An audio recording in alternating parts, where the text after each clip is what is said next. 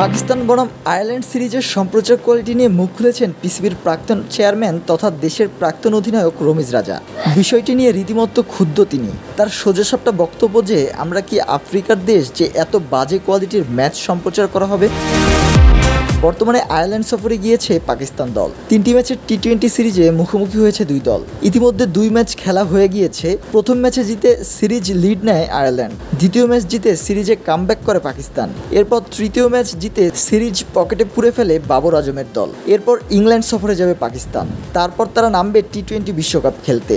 এমন আবহে পাকিস্তান বনাম আয়ারল্যান্ড সিরিজের সম্প্রচার কোয়ালিটি নিয়ে মুখ খুলেছেন পিসিবির প্রাক্তন চেয়ারম্যান। বিষয়টি নিয়ে ক্ষুব্ধ তিনি। পিসিবির এই বিষয়টিতে নজর দেওয়া উচিত ছিল বলেও মনে করেন রমিজ রাজা।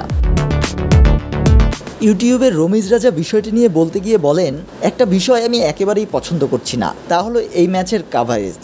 আমার তো মনে হচ্ছে এটা কোনো ক্লাব ম্যাচ চলছে, সেভাবেই কাভারেজ করা হয়েছে।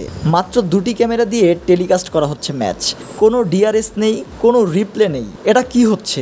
বাউন্ডারির দড়ির কোনো ধারণা পাওয়া যাচ্ছে না।